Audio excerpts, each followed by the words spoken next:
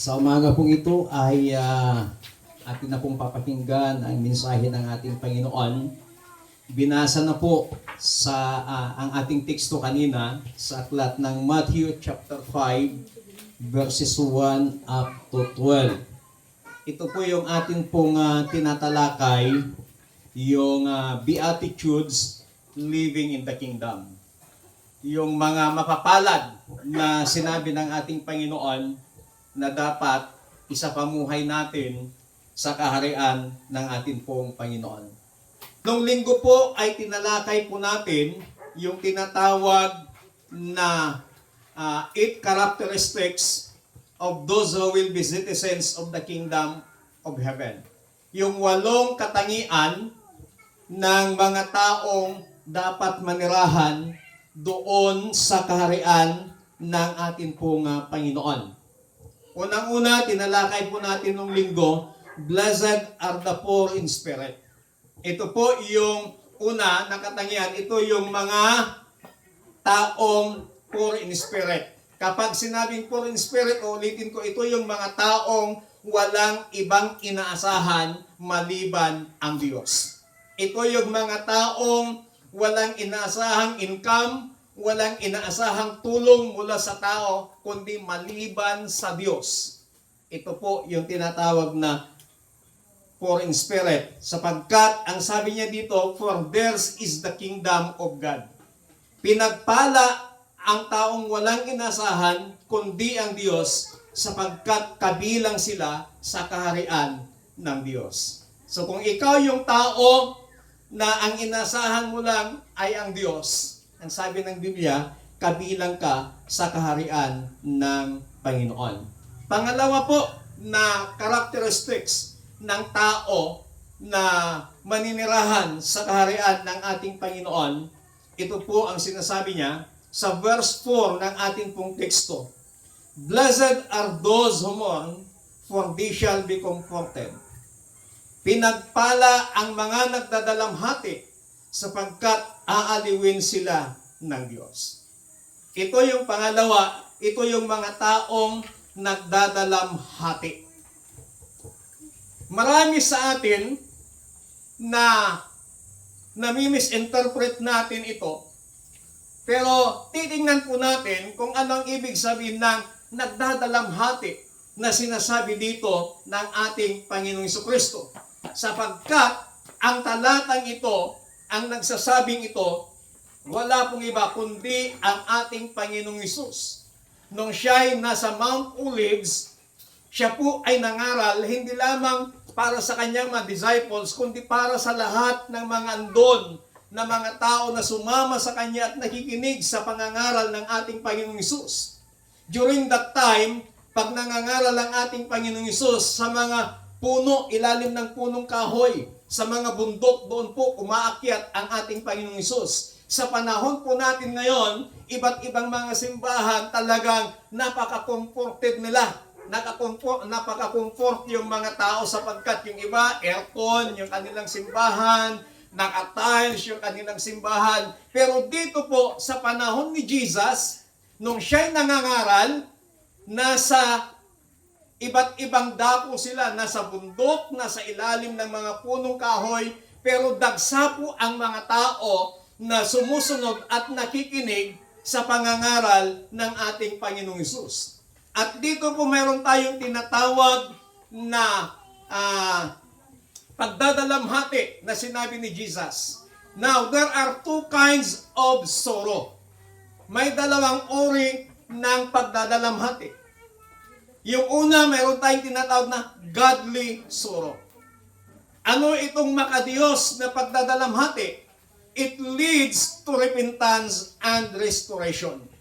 Ang ibig sabihin nito, kapag ikaw ay may makadiyos na pagdadalamhati, ito ay nagdadala sa iyo ng pagsisisi at ire-restore ng Panginoon yung buhay mo. Ire-restore ng Panginoon ang lahat ng nawala sa buhay mo, i-restore ng Panginoon ang lahat ng nasira sa buhay mo, i-restore ng Panginoon ang mga pag-asang nawala sa iyo, i-restore ng Panginoon yung pananampalataya mo na nanlamig, i-restore ng Panginoon ang lahat sa buhay mo.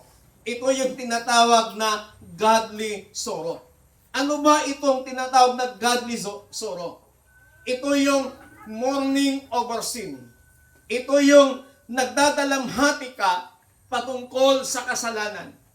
It is deep, a heartfelt sorrow and repentance for one's action. Na ikaw ay nagsisisi sa mga ginawa mong pagkukulang, pagkakasala sa Panginoon. Na hindi naman natin sinasabi na we are perfect. Perfecto tayo, no? Lahat tayo ay may kanya-kanyang kahinaan. Hindi po ako mahiya na sasabihin, even priests, even pastors, even bishops, may mga kanya-kanyang kahinaan. May mga kanya-kanyang pagkukulang sa harapan ng Panginoon. Bakit?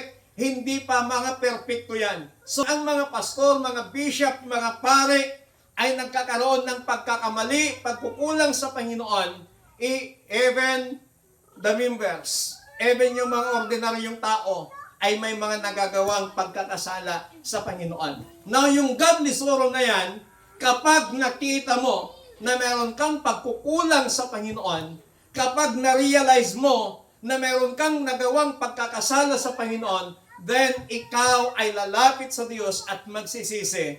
Yan ang tinatawag na godly sorrow.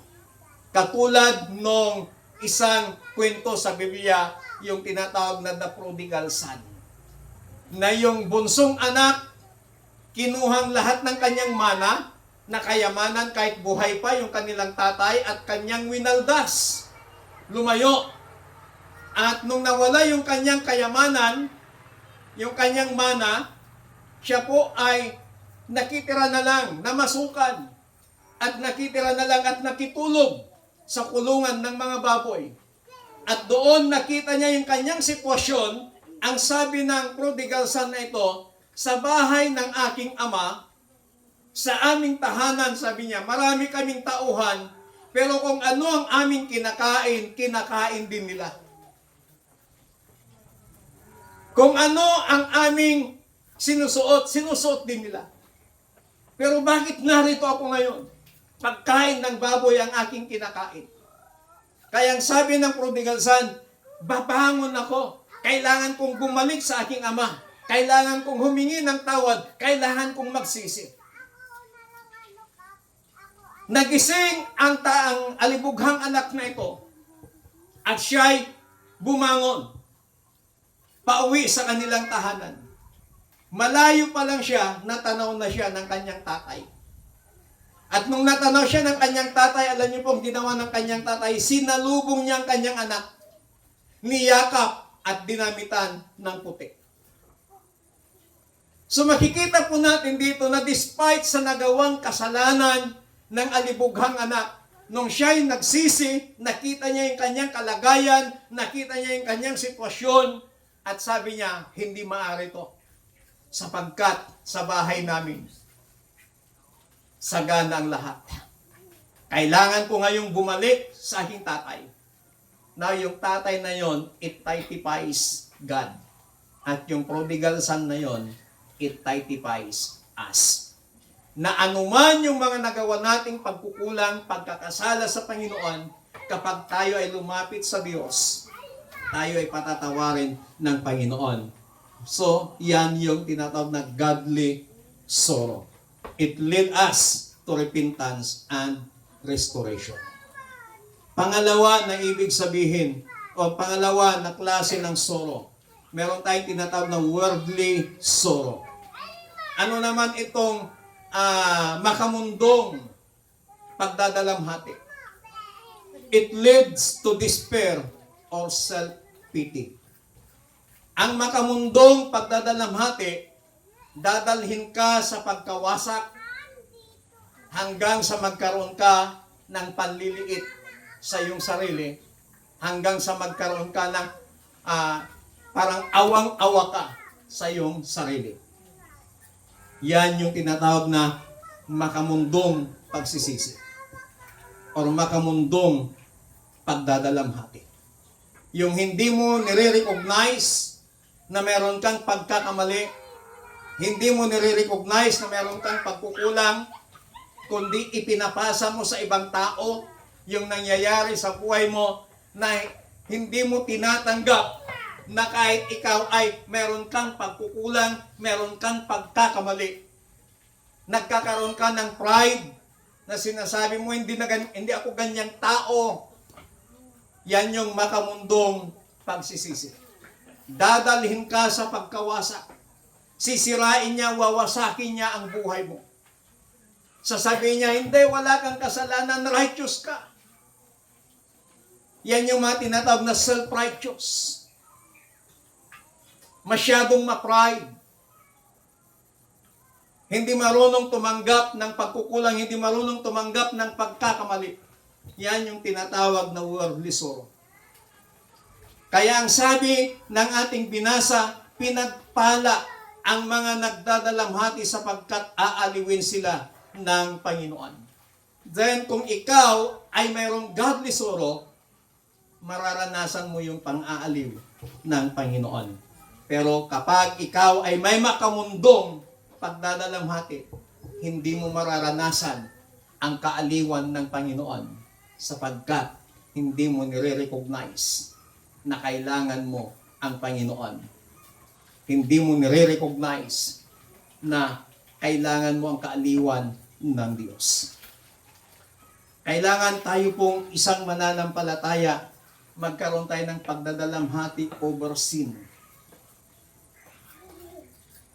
Tumangis tayo patungkol sa kasalanan. Si Jesus Christ, siya'y umiyak. Bakit siya umiyak? Kasi nakita niya yung kasalanan ng tao. Yung paulit-ulit na ginagawa ng tao. Nakita ni Jesus yung kalagayan ng tao na sila'y mapapahamak. Kaya nga isinigaw niya yung unang sigaw niya na, Ama, Ama ko, forgive them, for they do not know what they are doing. Ama, patawarin mo sila sapagkat hindi nila nalalaman ang kanilang ginagawa. Kasi ang taong mapapahamak na hindi na nila alam. Pero si Jesus, nahabag, kaya isinigaw niya, Ama, patawarin mo sila. Siya na yung humingi ng tawad sa Diyos Ama para sa atin.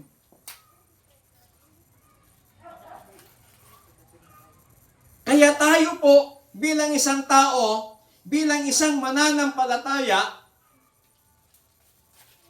na dumarating yung time na tayo po ay nagagalit sa mga ginagawang kasalanan ng ibang tao, pero hindi natin magawa.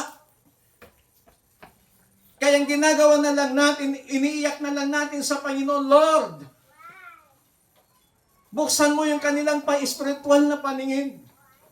Panginoon, buksan mo yung kanilang espiritual na pangunawa upang makita nila, maunawaan nila na yung kanilang ginagawa ay hindi maganda at hindi kaaya-aya sa iyong harapan. Kasi pag nakita mong kasalanan yung ginagawa niya at ang ginagawa mo naman ay nilalapitan mo at kinokorek mo, nire-rebuke mo, tiyak yun. Magagalit, mag-aaway kayo. But there are signs of mourning over sin. Ano ba yung mga palatandaan na tayo ay nagluluksa, nagdadalamhati patungkol sa kasalanan? Number 1, recognizing sin. Nire-recognize mo ang kasalanan. Sometimes, nagawa din nating nag-pray, Panginoon, patawarin mo ang aking pamilya. Ano man yung pagkakasala ng aking pamilya, Lord, forgive my family. Ikaw na yung humihingi ng tawad sa Diyos in behalf of your family. Ikaw na yung humihingi ng tawad sa Diyos in behalf of the sin na nakikita mo na ginagawa ng tao na hindi mo makayang sawayin dahil mag-aaway lang kayo kapag sinaway mo, kapag pinagsabihan mo. Marahil sasabihan ka pa, si Kantupay, amunak may kulit katabiyag mong tupay. But we Christians, ang sabi ng Biblia, pinagpala ang mga nagdadalamhati sapagkat aaliwin sila ng Panginoon. Ang pagdadalamhating ito ay yung tinatawag na godly sorrows. We must recognize sin. Pangalawa, sorrow and repentance. Pagkatapos mong ma-recognize ang kasalanan, humingi ka ng tawad sa Panginoon. Hindi lamang basta-basta paghingi ng tawad. Yung repentance. Kapag sinabi nating repentance, ito yung pagtalikod. Kapag ikaw ay nagsisi na sa iyong kasalanan sa Panginoon, tinalikuran mo na yon. Ibig sabihin, huwag mo nang babalikan yung tinalikuran mo. Yun yung sinasabi po dito. And then pangatlo, seeking forgiveness. Humingi tayo ng tawad sa Panginoon. At pang-apat, desire for change. Pagkatapos nating makahingi ng tawad sa Panginoon, hangarin natin yung pagbabago. A longing to live a life that honors God and pleases Him. Lahat tayo naghahangad ng pagbabago sa ating mga buhay. Lahat tayo naghahanap ng pagbabago. Kinakailangang ilonging natin, i-desire natin na mamuhay na kung saan ay napaparangalan natin ang Diyos, napapapurihan natin ang Diyos. Uulitin ko po, we cannot change others' life. Hindi natin kayang baguhin yung buhay ng ibang tao. Kung nagde-desire ka ng pagbabago, unang-una, yung sarili po natin. Dapat maghangad tayo na mamuhay tayo sa harapan ng Panginoon na napaparangalan at napapapurihan natin ang Diyos. Ang problema kasi sa atin minsan, naghangad tayo ng pagbabago, pero ang gusto natin, baguhin natin yung ating kapatid. Baguhin natin yung ating pamilya, which is hindi natin kaya. Dahil kapag gagawin mo yon, lagi kong sinasabi at lagi kong ulit-ulitin, mag-aaway lang kayo. Kapag ikaw ang magbabago sa tao, mag-aaway lang kayo. Pero kung ikaw ay naghahangad ng pagbabago, ng tunay na pagbabago sa Panginoon, then, gawin mo na ikaw ay mamuhay ng karapat-dapat, napaparangalan at napapapurihan ng Panginoon. Acknowledge the Holy Spirit in your lives na ikaw ay kanyang tutulungan, ikaw ay kanyang gagabayan. Then, unti-unti, magkaroon ng pagbabago yung buhay mo na kahit yung mga ibang tao na nakakakita sa iyo, marirecognize nila na mayroong something sa iyong buhay na nagbabago at pati ikaw, mararamdaman mo na binabago ka ng Panginoon. Habang tayo po ay nagpapasakop sa Diyos, tayo po ay patuloy namang binabago ng Panginoon. Ang pagbabago po ay hindi parang magic. Na kung gusto mo nang magbago bukas, new creation ka na. Hindi po. Bawat araw, i-desire mo na baguhin ka ng Panginoon. Kaya nga meron tayong awit na binabago mo ako araw-araw. Araw-araw hangarin natin sa Panginoon, Lord, baguhin mo ako araw-araw. May mga bagay na sa buhay po natin gustong mabago. Unang-una sabihin natin, Panginoon, baguhin mo yung aking karakter. Panginoon, baguhin mo yung aking attitude. Kung paano ako makidel, makisama sa ibang tao. Kung paano ako humarap sa problema. Kung paano ko humarap sa pagsubok sa buhay. Na dati, kapag may problema ka, kapag may pagsubok ka sa buhay, walang-wala ka na, napakainit ang ulo mo. Then, Kapag hiningi mo yung pagbabago, na kahit walang-wala ka na, meron kang kapayapaan at meron ka ng kagalakan. So yun, binabago ka na ng Panginoon. Amen. Desire po natin na magkaroon ng pagbabago sa ating buhay. Meron din tayong tinatawag na brokenness of the world. Yung pagdadalamhati, yung pagkawasak ng mundong ito. Naranasan na po natin ang mga bagay na ito. Na winasak ang ating mundo, labis tayong nasaktan, nagdusa tayo, umiyak tayo. Naranasan na ng iba to. Yung tinatawag na suffering and death. Yung kamatayan ng ating mga mahal sa buhay. Napakasakit po yung mawalan ka ng mahal sa buhay. Yan yung tinatawag na brokenness of the world. Na habang nandito tayo sa ibabaw ng lupa, merong mga paghiwalay sa ating mga mahal sa buhay. Paghiwalay sa pamamagitan ng kamatayan. Pinaghiwalay tayo ng kamatayan sa pamamagitan ng mga sakit, hanggang sa hindi maagapan, hanggang dahil sa sakit na yan, yun yung nagiging sanhi ng kamatayan. At lahat ng mga nakaranas ng kamatayan ng kanilang mamahal sa buhay, naranasan po nilang nagdalamhati. Yan yung tinatawag na brokenness of the world. Na nagdalamhati tayo sa mundong ito. Why? Dahil sa pagkawalay ng ating mga mahal sa buhay. At dahil doon, naranasan po natin yung kaaliwan ng Panginoon. Kasi kung hindi tayo inaliw ng Panginoon, sa kabila ng pagdadalamhati natin kung ilang araw, ilang gabi natin binabantayan ng ating mahal sa buhay na namatay na mayapa, marahil hindi natin nakayanan. But because sa kaaliwan ng Diyos, napagtagumpayan po natin yun. Nakabangon po tayo at hanggang ngayon tayo po ay namumuhay at sumasamba sa Panginoon. Pangalawa po na klase ng brokenness of the world. Broken relationships.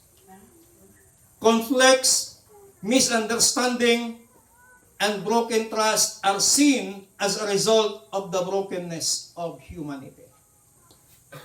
May mga nawawasak na relasyon, nasisirang mga relasyon.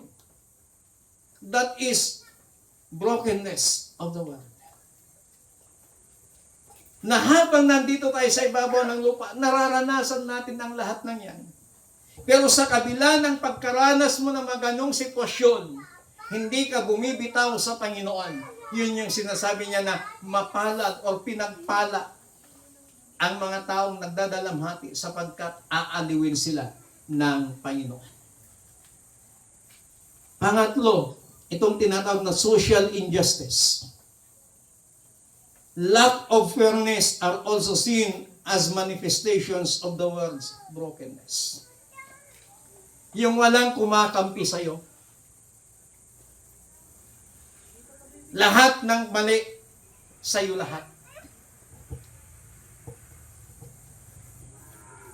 At kapag ikaw ay kahit na inaapi ka na, ginagawan ka na ng hindi maganda, nagdemandahan kayo sa barangay, pero ang kinampihan, yung kabila, ikaw wala. Yung wala kang kakampi, sa'yo lahat ang sisi.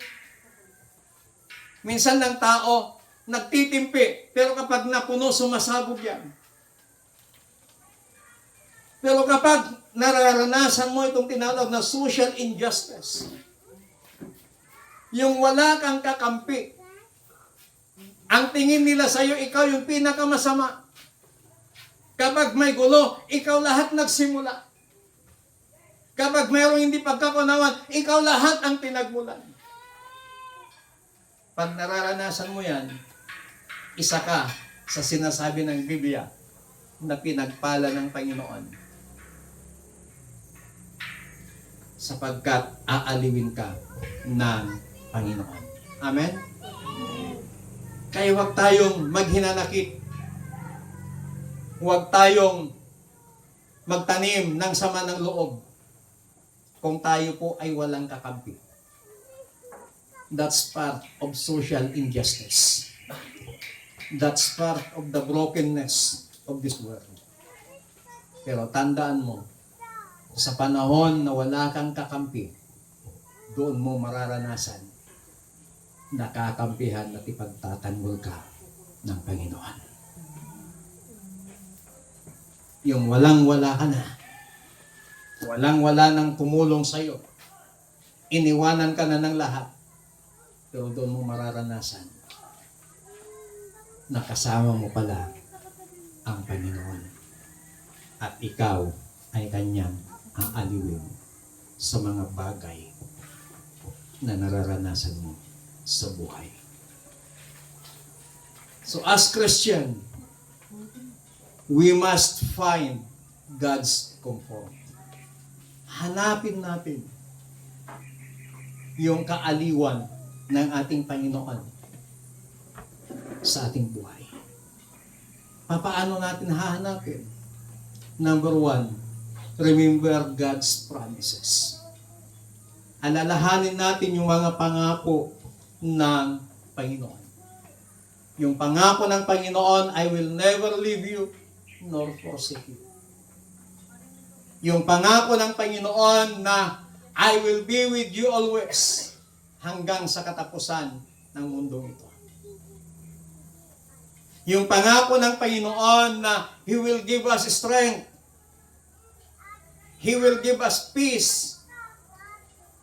So lagi nating alalahanin yung mga pangako ng Panginoon sa ating buhay. Pangalawa, rest in His love. Manatili tayo sa pag-ibig ng Panginoon. Why? The love of God is unconditionally. Ang pag-ibig ng tao, conditional. Pero ang pag-ibig ng Diyos, unconditional. Pangatlo, worship God and prayer. Sa pag-worship natin sa Panginoon, maraming aspeto na dapat nating i-worship ang Panginoon. At kadalasan na ginagawa natin, umawit ka ng mga awiting papuri sa Panginoon. Awitan mo ang Diyos. At habang inaawitan mo ang Panginoon, doon mas lalo mong nararanasan ang presensya ng Panginoon, mas lalo mong nararanasan ang kaaliwan ng Panginoon. Mas lalo mong nararanasan ang kapayapaan sa puso mo at ang kapayapaan sa isip mo. Pang-apat at panghuli, forgiveness. Pagpapatawad. Actually, kapag ikaw ay nagpatawad, hindi magbibenefits yung pinatawad mo. Ikaw na nag-release ng kapatawaran ang magbibenepisyo mo. Na habang ikaw ay nagpapatawad, lalong gumagaan yung pakiramdam mo. Lalong gumagaan yung daloy ng pagpapala ng Panginoon sa buhay mo. Kasi walang makakahadlang na kapag patawad ka. Na kahit gaano man kalaki yung ginawang pagkakamali, pagkakasala sa ng tao, napatawad mo siya. Kahit na ikaw ay sinisiraan, sige, magpatawad ka pa rin. Kasi yun yung itinuturo ng Panginoon. Matuto tayong magpatawad ng iba para mas lalo nating maranasan yung kaaliwan at presensya ng Panginoon sa ating mga buhay. Si Jesus nga, nagpatawad. Anong sabi ni Jesus? Father, forgive them, for they do not know what they are doing. Ngayon, kung ikaw at ako ay pinatawad ni Jesus, tapos hindi ka marunong magpatawad, aba, mas lamang ka pa kay Jesus. Ang Diyos nga nagpapatawad, ikaw pa kayang tao. na pinatawad ng Panginoon. May isang taong lumapit kay Jesus at ang sabi niya, Panginoon, ilang beses ko bang dapat patawarin ang aking kapatid na nagkasala, na paulit-ulit na nagkasala sa akin? Anong sabi ni Jesus? 70 times 7. Huwag mong kwentahin yung 70 times 7 na sinabi ni Jesus. Ang ibig sabihin noon is, walang hanggan kang magpapatawad. Kahit paulit-ulit kang ginagawan ng masama, kahit paulit-ulit kang ginagawan ng hindi maganda, kahit ikaw ay paulit-ulit na sinisira ng isang tao, always forgive that person. Alam niyo ho, akala natin ang pinakamalaking kulungan ay ang Muntinlupa. Pero hindi po pala. Ang pinakamalaking kulungan na nararanasan ng tao ay yung hindi marunong magpatawad. Yung nagtatanim lagi ng galit, nagtatanim lagi ng sama ng loob. Yun yung pinakamalaking kulungan kasi nakakulong sila doon. Walang kapayapaan sa isip, walang kapayapaan sa buhay ang taong hindi marunong magpatawad. Pero yung taong nagpatawad, masayang masaya. Kaya pag nakikita ng taong hindi marunong magpatawad, yung taong marunong magpatawad, galit na galit itong isa. Kasi meron siyang itinatanim sa kanyang puso. Pero ang sabi ng Panginoon, pinagpala ang mga nagdadalamhati sapagkat aaliwin sila ng Panginoon. Sa umaga pong ito mga kapatid, kailangan po nating hanapin yung kaaliwan ng Panginoon sa ating buhay sa pamamagitan ng pag-alala natin sa kanyang mga pangako, pananatili natin sa kanyang pagmamahal, sa pamamagitan ng pagsamba at panalangin natin sa Diyos, at sa pamamagitan ng pagpapatawad natin sa iba. Tayo pong lahat ay tumayo.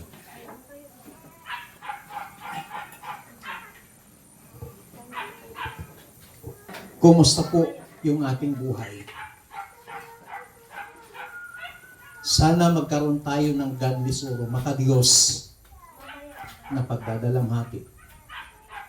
Because it will lead us into repentance and restoration sa ating mga buhay.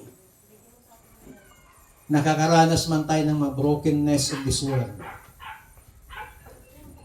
Separation from our family, sapagkat sila'y namayapa na, nakakaranas ng broken relationships, nakakaranas ng social injustices, yung wala kang pagkakampi, walang tumutulong sa'yo, pinagkakaisahan ka sa lahat ng bagay. Sabi ng Bible, you are blessed at ikaw ay aaliwin ng Panginoon. Gusto ng Panginoon na tayong lahat ay marunong magpatawad. Huwag magtanim ng sama ng loob.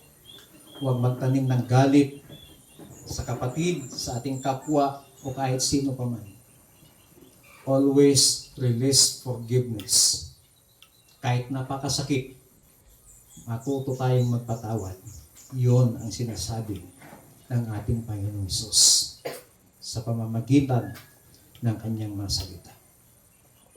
Panginoon, sa umagang ito, marami pong salamat sa iyong mensahe na pinakita mo sa amin na mapalad ang mga taong nagdadalamhati sapagkat sila'y aaliwin ng Diyos. Kung may mga nagdadalamhati po dito, fresh pa sa kanilang mga puso, yung pagkawalay ng kanilang mahal sa buhay, fresh pa sa kanilang isipan, sa kanilang mga puso, yung mga broken relationships, fresh pa sa kanilang puso at isipan, yung mga social injustices sa kanilang mabuhay, na wala man lang kumampi wala man lang tumulong sa kanila. Panginoon, sa umagang ito, help us to forgive others. Tulungan mo kami, Panginoon, na matutong magpatawad sa lahat ng mga nakagawa sa amin ng mapagkakamali, sa lahat ng mga nakagawa sa amin ng kasalanan, sa lahat ng mga nakagawa sa amin ng pagkukulang, nakasakit sa aming damdamin, pinapatawad namin sila, Panginoon. Salamat sa iyong masalita, Panginoon. Gracious Holy Spirit, patuloy mong baguhin ang aming karakter, patuloy mong baguhin ang aming buhay sa bawat araw, habang kami ay nabubuhay na naglilingkod, nagpupuri sa inyo. Salamat po ng marami. We give you all the glory, praises, adoration, and thanksgiving. In Jesus Christ, mighty name we pray. Amen. Palakpakan natin